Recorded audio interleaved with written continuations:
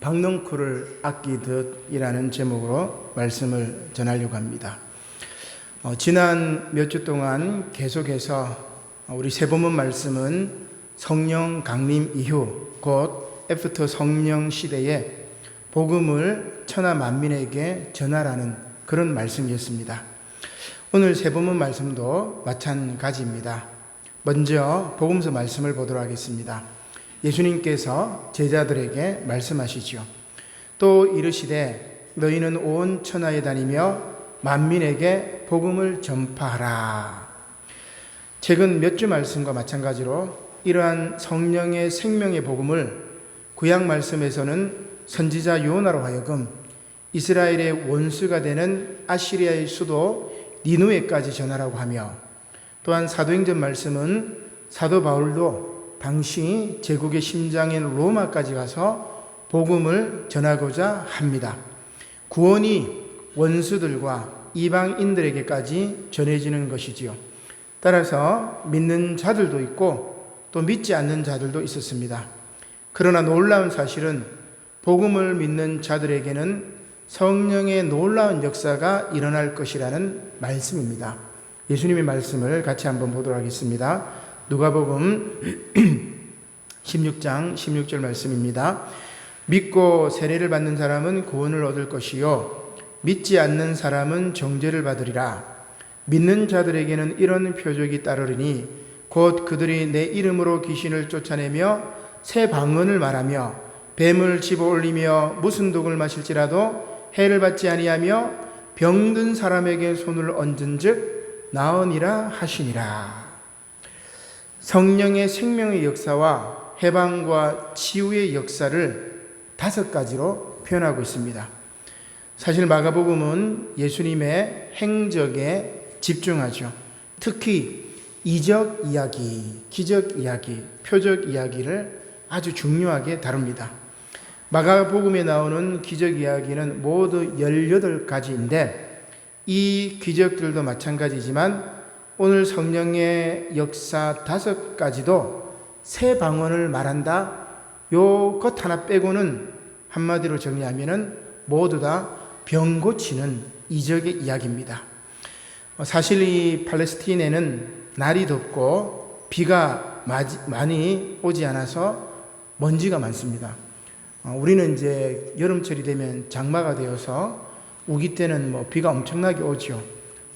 금요일 날도 엄청난 비가 와서 우리 교회도 이렇게 바닥에 물이 흥건하게 이렇게 젖어 있었었는데, 팔레스타인은 날이 덥고 비가 많이 오지 않습니다. 그러면 여러분 먼지가 날리겠죠. 먼지가 많으면 무슨 병이 생기겠어요? 먼지가 막 날려서 눈에 들어가면 눈병이 생깁니다. 눈병. 그래서 성경에는 맹인들이 많이 있죠. 그리고 물이 부족하기 때문에 목욕을 자주 할 수 없습니다. 그러면 여러분 무슨 병이 생기죠? 피부병이 생깁니다. 피부병. 그래서 성경에 보면은 이 나병 환자라든지 피부병 환자들이 굉장히 많이 있습니다. 그리고 또 이 날이 더운데 밖에 있으면 여러분 어떻습니까? 제가 어릴 때 초등학교 때는 월요일마다 조회를 하다가 보면은 날이 덥고 할 때는 아이들이 픽픽 쓰러져요. 날이 더우면은 정신이 오락가락해가지고 이렇게 쓰러지기도 합니다. 그래서 정신을 잃어버리게 되는데 성경에서는 이런 사람들을 뭐라고 하냐면은 귀신 들린 사람들이라고 이야기를 합니다. 그러면 이렇게 눈먼 자, 피부병자들, 귀신 들린 자들은 도대체 누구일까? 대부분은 가난하고 돈이 없어서 제대로 씻지도 못하고 쉬지도 못하고 치료도 못 받는 사람들입니다. 바로 민중들, 가난하고 소외받던 사람들이었습니다. 이런 사람들이 예수님께 나와서 치료를 받았습니다. 세례를 받고 구원을 받은 것입니다. 그리고 예수님께서는 이들에게 놀라운 생명의 역사가, 성령의 역사가 일어날 것이라고 말씀하신 것이지요.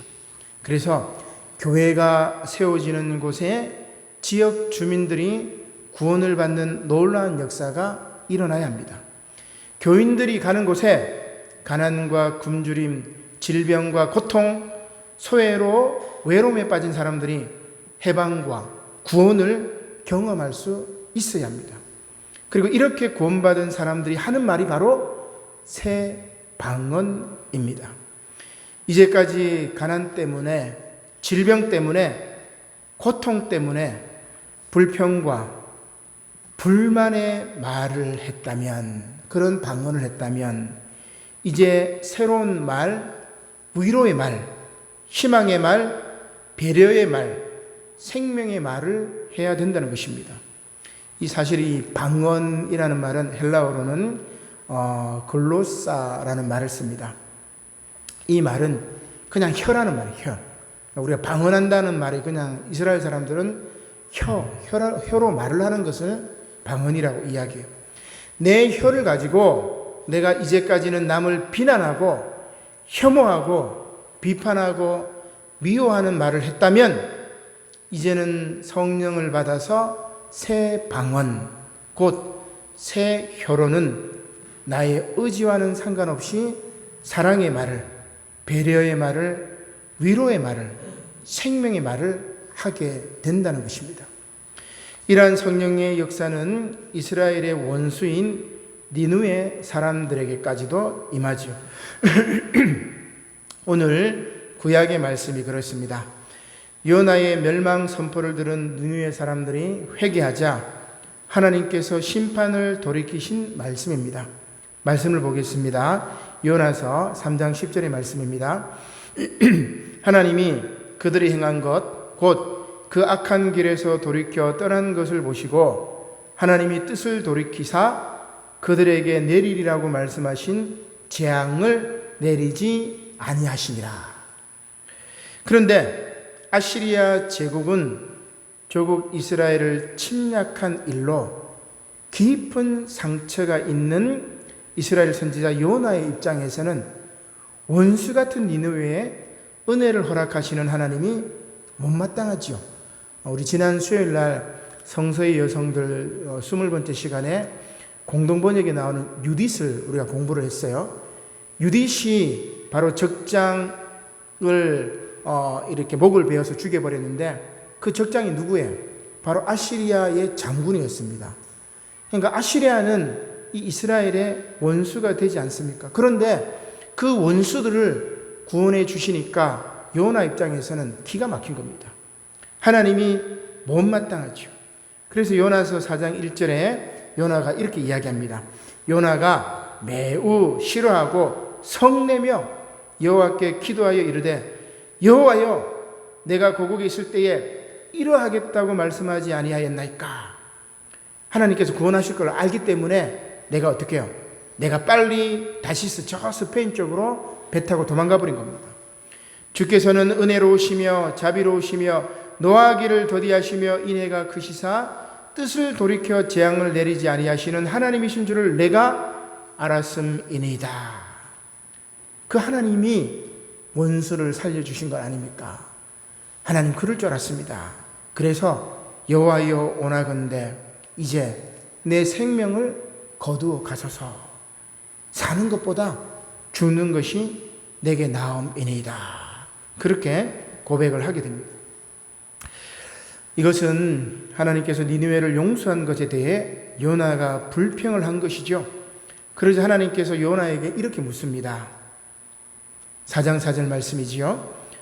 여호와께서 이르시되 내가 성내는 것이 옳으냐. 그리고 이제 오늘 말씀의 제목을 제가 여기서 가졌는데 박넝쿨 사건이 생깁니다. 계속 말씀을 보겠습니다. 4장 5절 말씀입니다. 요나가 성읍에 나가서 그 성읍 동쪽에 앉아 거기서 자기를 위하여 초막을 짓고 그 성읍, 즉 니느웨에 무슨 일이 생기는가 보려고 그늘 안에 딱 앉아 있었습니다. 니느웨가 망하기를 바라고 초막을 짓고 그늘에 앉아 있었던 것입니다.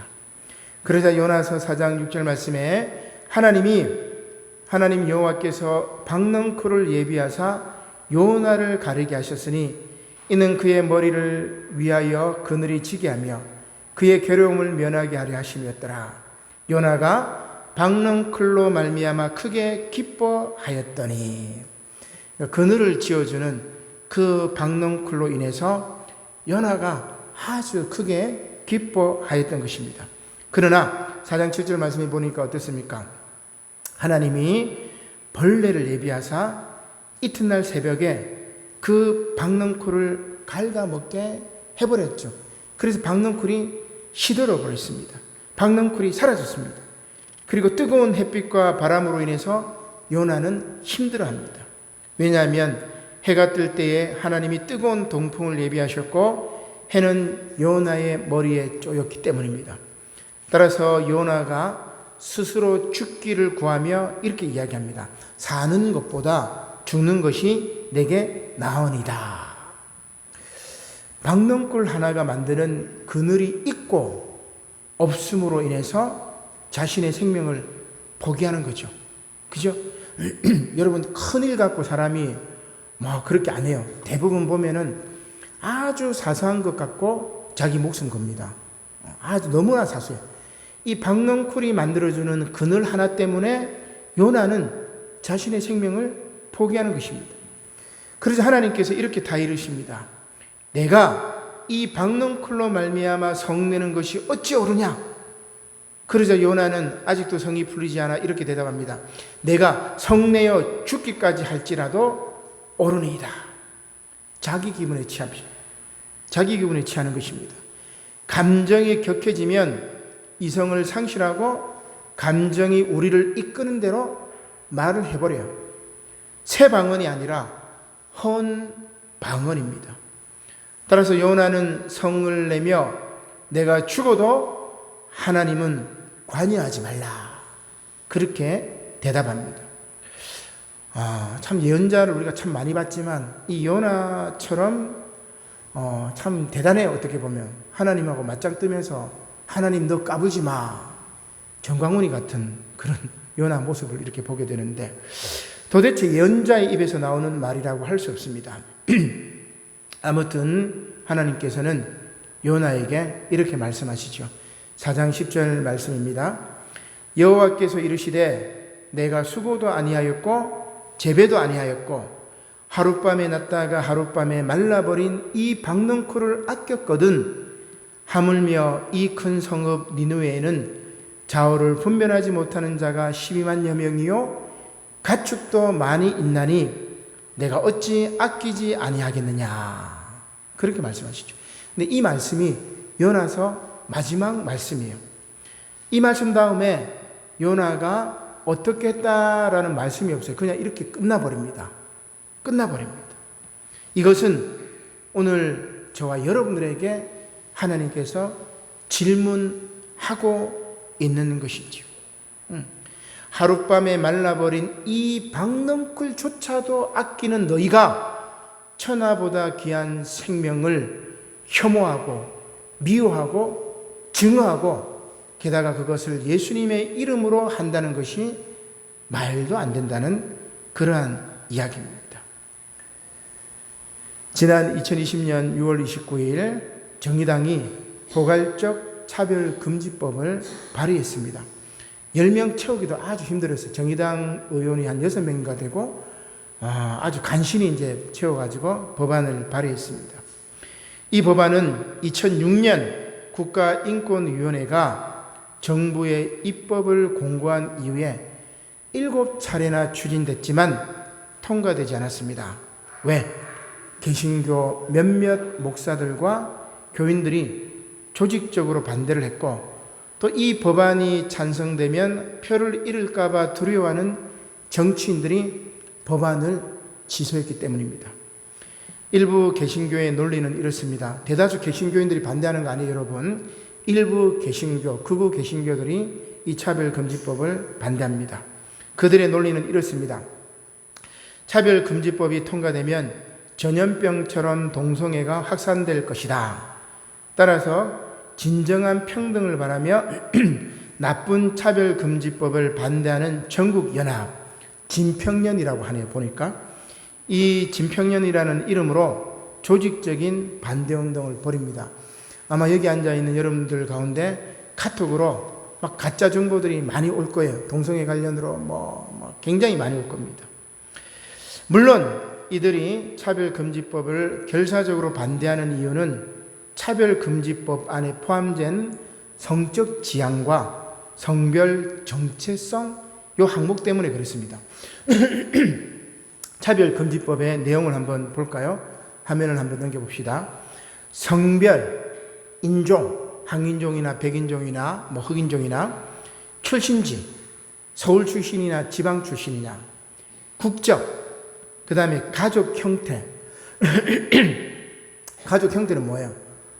편모나 편부나 할머니가 키우는, 할아버지가 키우는 이제 아이들이나 이런 가족 형태. 그죠? 그 다음에 성적 지향. 남성을 사랑하는 남성, 여성을 사랑하는 남성.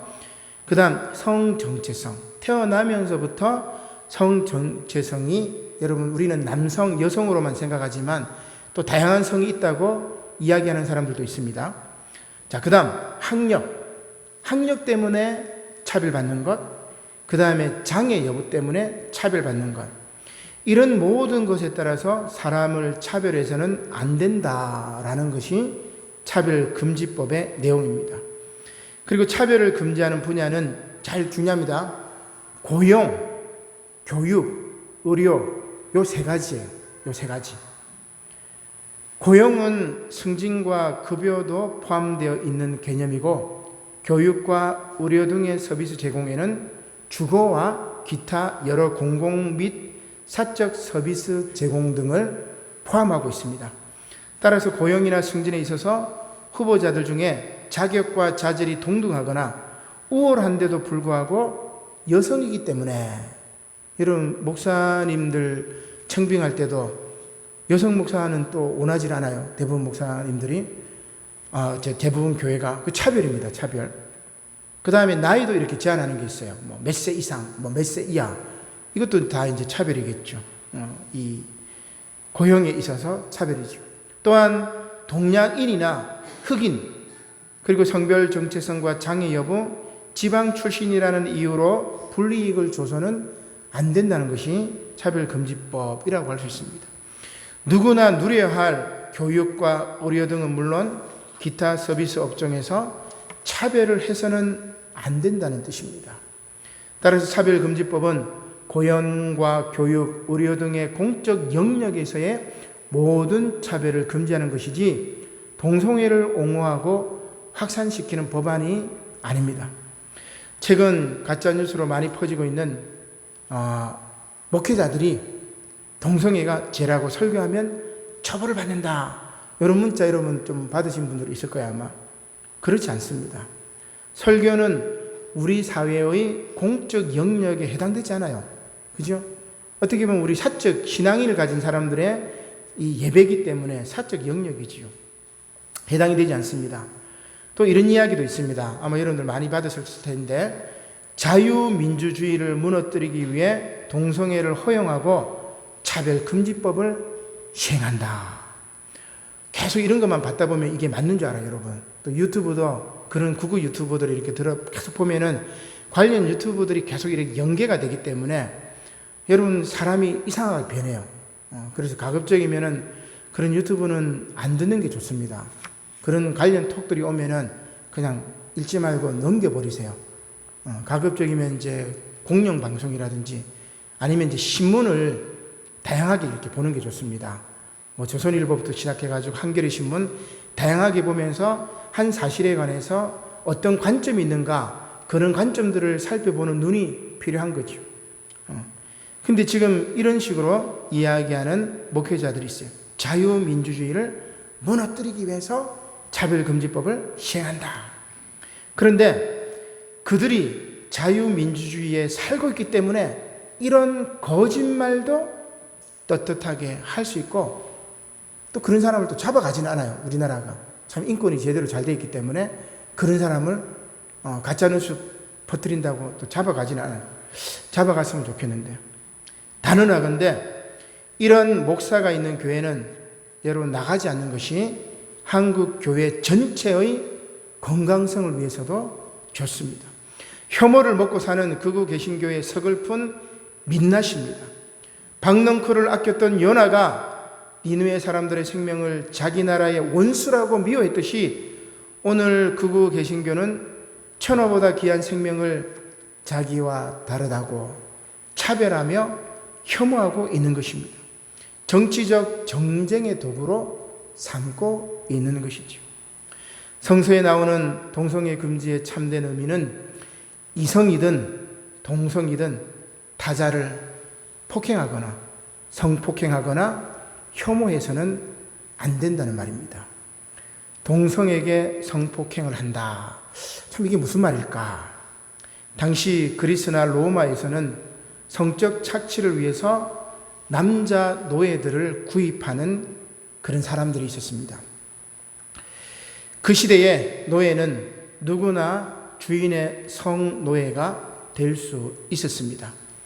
로마의 거주민 중 5명 중에 1명은 노예였다고 하니 이들 노예들은 여자는 물론이고 남자들도 주인의 성적 요구를 거절할 힘이 없었습니다. 그런데 남성 노예들 가운데 주인의 성적 요구를 충족하기 위해서 특별히 만들어진 이들이 있습니다. 예수님께서 말씀하신 사람이 만든 고자입니다. 마태복음에 나오죠. 마태복음 19장 12절 말씀입니다. 예수님께서 이렇게 말씀하십니다. 어머니의 태로부터 된 고자도 있고 사람이 만든 고자도 있고 천국을 위하여 스스로 된 고자도 있도다. 이 말을 받을 만한 자는 받을지어다. 사람이 만든 고자들은 값비싼 섹스 장난감이었습니다. 인신매매꾼들이 소년들을 납치해요. 제가 이제 고등학교 때나 뭐 더 중학교 때나 이래 보면은 길거리에 봉고가 확 지나가면서 이제 뭐 여고생들이나 이제 여성들을 납치해가지고 섬에다 팔아버리고 인신매매한다 뭐 이런 그 있었는데 지금도 뭐 마찬가지겠죠. 그 당시에는 인신매매꾼들이 곱상하게 생긴 소년들을 납치해가지고 고환을 절단해가지고 사춘기 이전의 아름다움을 보존하게 한 후에 부자들이나 포주들에게 팔았고 포주는 그들의 몸으로 장사를 했습니다. 로마 시대에 그랬고 그리스 시대에 그랬습니다. 고대 남성들은 이렇게 거세된 남자들의 나긋하고 여성적인 몸을 무척 좋아했죠. 그들의 양성적 특징이 여성적 아름다움보다 더 매혹적이라고 느꼈기 때문입니다. 왜냐하면 여성보다 남성이 더 완전한 아름다움을 갖고 있다고 봤기 때문이에요.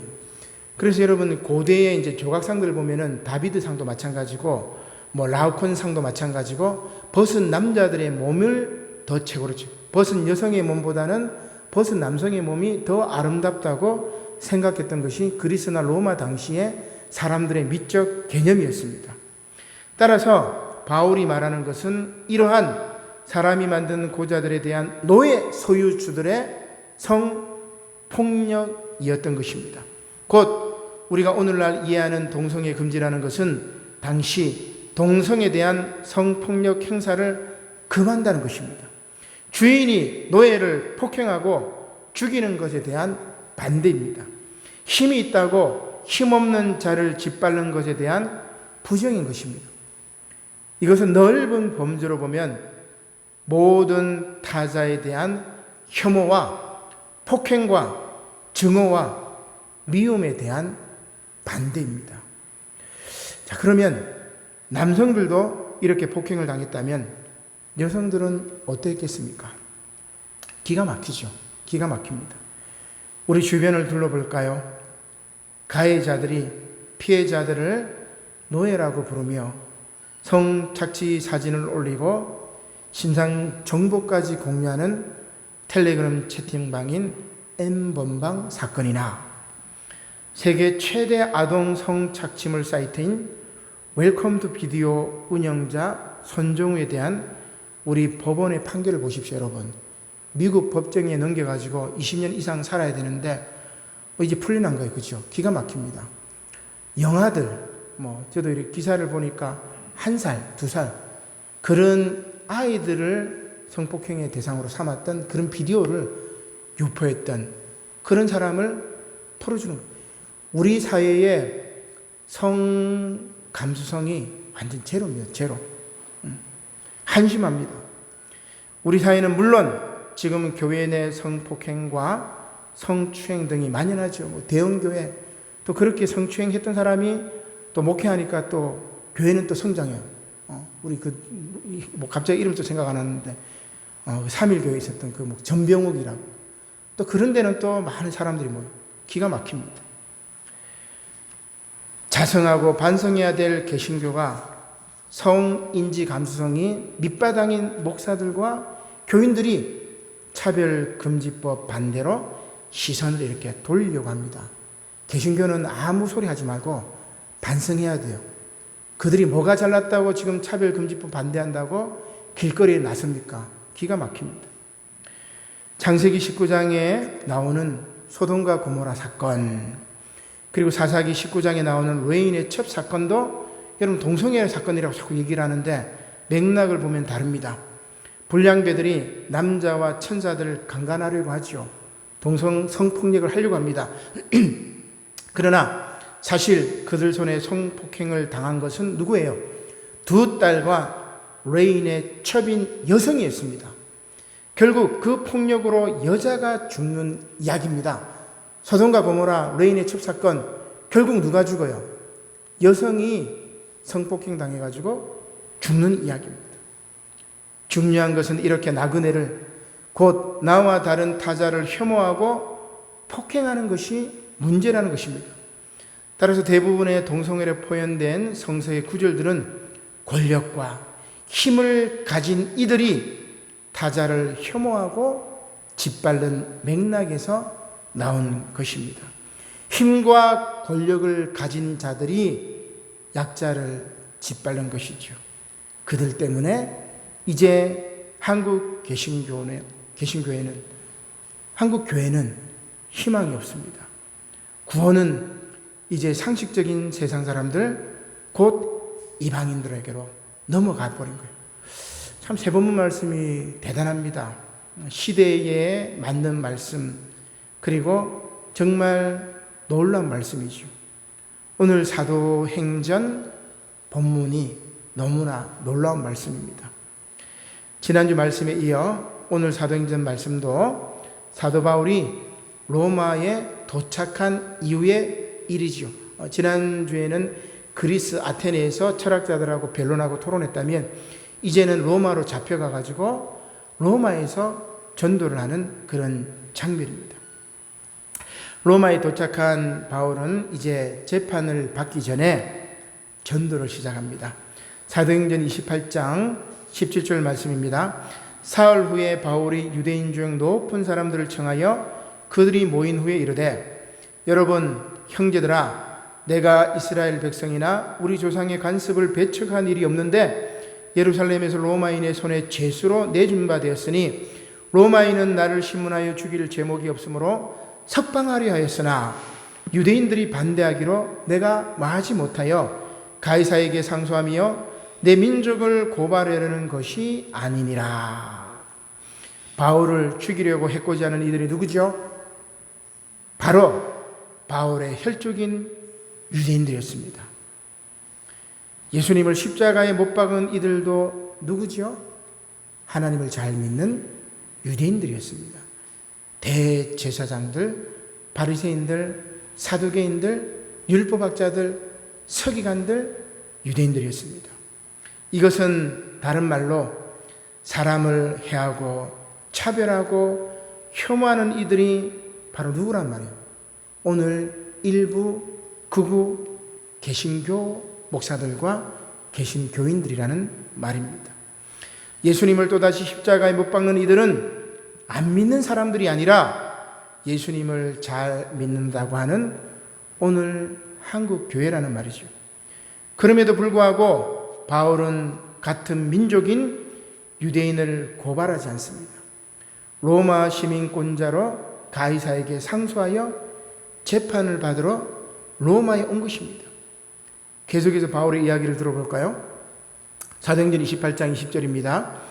이러므로 너희를 보고 함께 이야기하려고 청하였으니 이스라엘의 소망으로 말미암아 내가 이 쇠사슬에 매인바 되었노라. 끝까지 이스라엘 사람들을 걱정하죠. 지금 무지한 개신교인들이 예수님의 말씀의 뜻을 깨닫지 못하고 이념에 사로잡혀 차별과 혐오를 조장하고 있습니다. 그럼에도 불구하고 그들도 구원받아야 할 하나님의 백성들이에요. 그럼에도 불구하고 그 정강훈이도 구원받아야 될 하나님의 백성이죠. 따라서 로마에 있는 디아스포라 유대인들은 바울에게 이렇게 말을 하고 있습니다. 28장 21절의 말씀입니다. 한 장 넘겨보도록 하겠습니다. 그들이 이르되 우리가 유대에서 내게 대한 편지도 받은 일이 없고 또 형제 중 누가 와서 내게 대하여 좋지 못한 것을 전하든지 이야기한 일도 없느니라. 이에 우리가 너희 사상이 어떠한가 듣고자 하니 이 파에 대하여는 어디서든지 반대를 받는 줄 알기 때문이라 하더라. 바울이 전하는 복음이 어디서든지 반대를 받았지만 그 사상과 내용은 몰랐는데 이제 바울 당신이 우리 앞에 있으니 이야기해 보라는 것입니다.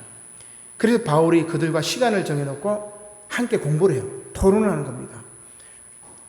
아테네에 가서 철학자들과 그들의 철학적인 수준을 가지고 토론을 했듯이 지금 로마에 있는 유대인들과 시간을 정해놓고 대화를 하고 토론을 해요. 여러분, 신앙은 아주 시간이 오래 걸립니다.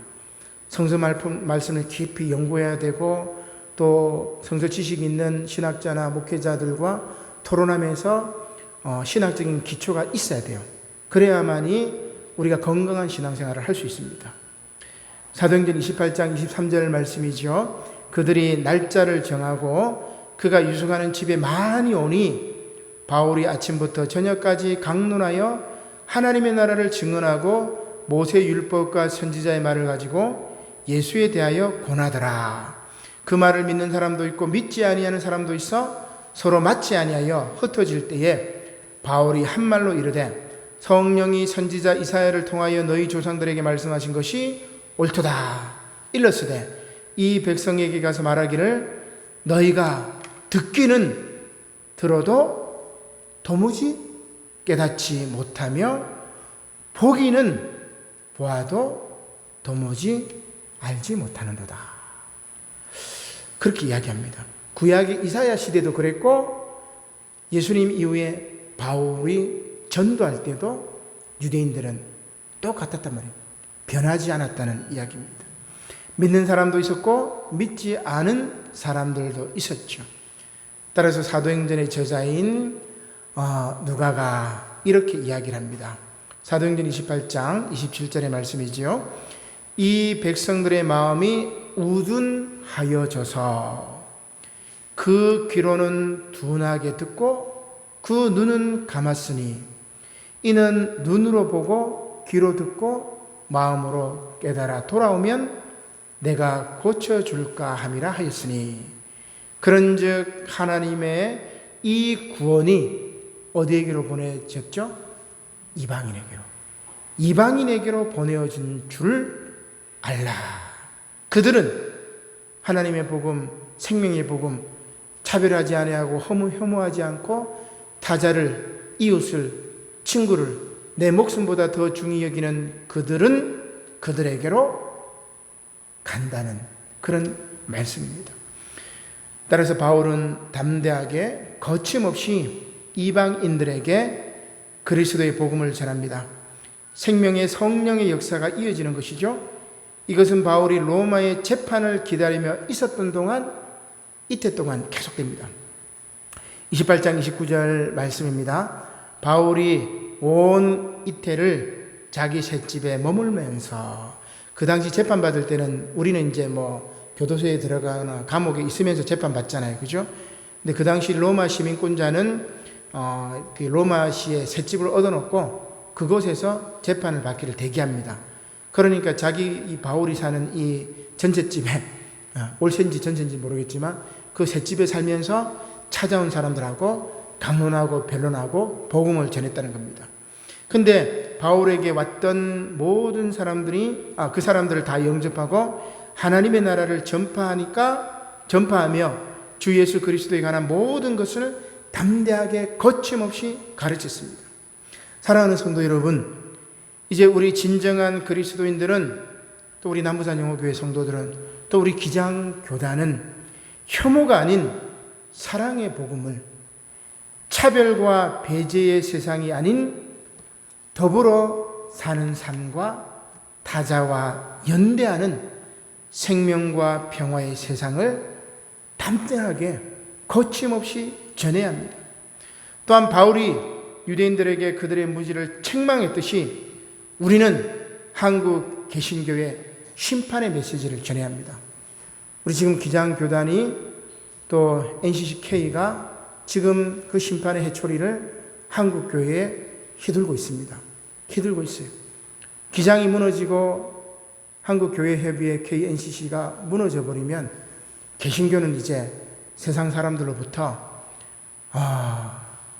이제는 사이비 집단으로 취급받을 것이죠.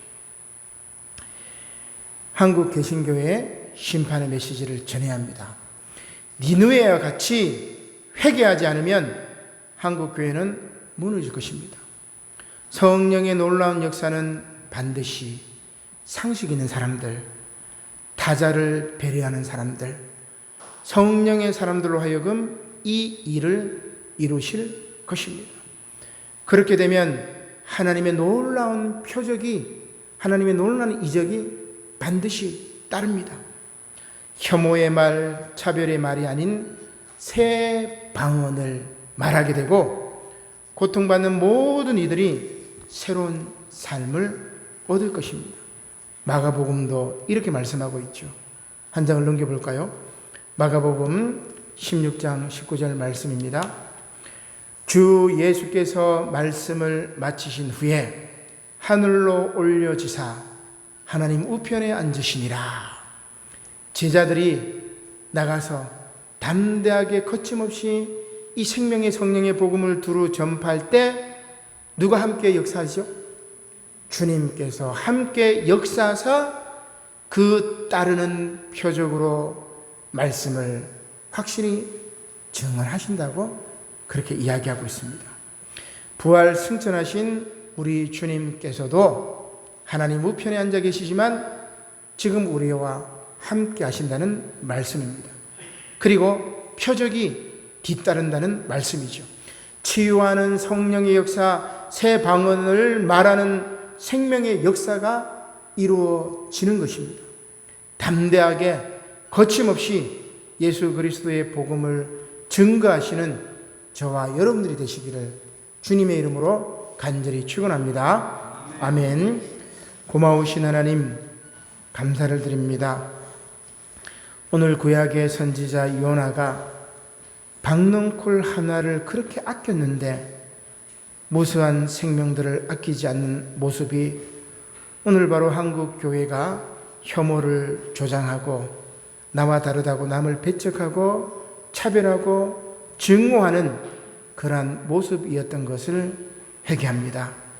아버지 하나님, 사랑의 종교인 우리 기독교가 미움과 증오의 종교로 변했던 것은 우리가 예수님의 말씀을, 하나님의 말씀을 제대로 알지 못한 무지 때문이며, 또한 말씀은 알지만 그 말씀대로 실천하지 못했던 우리의 잘못인 것을 고백합니다.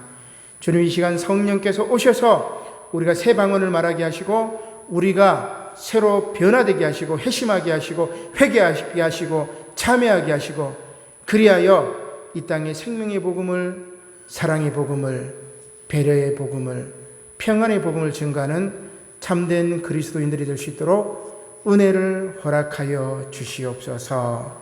감사를 드리며 예수님의 이름으로 기도드립니다.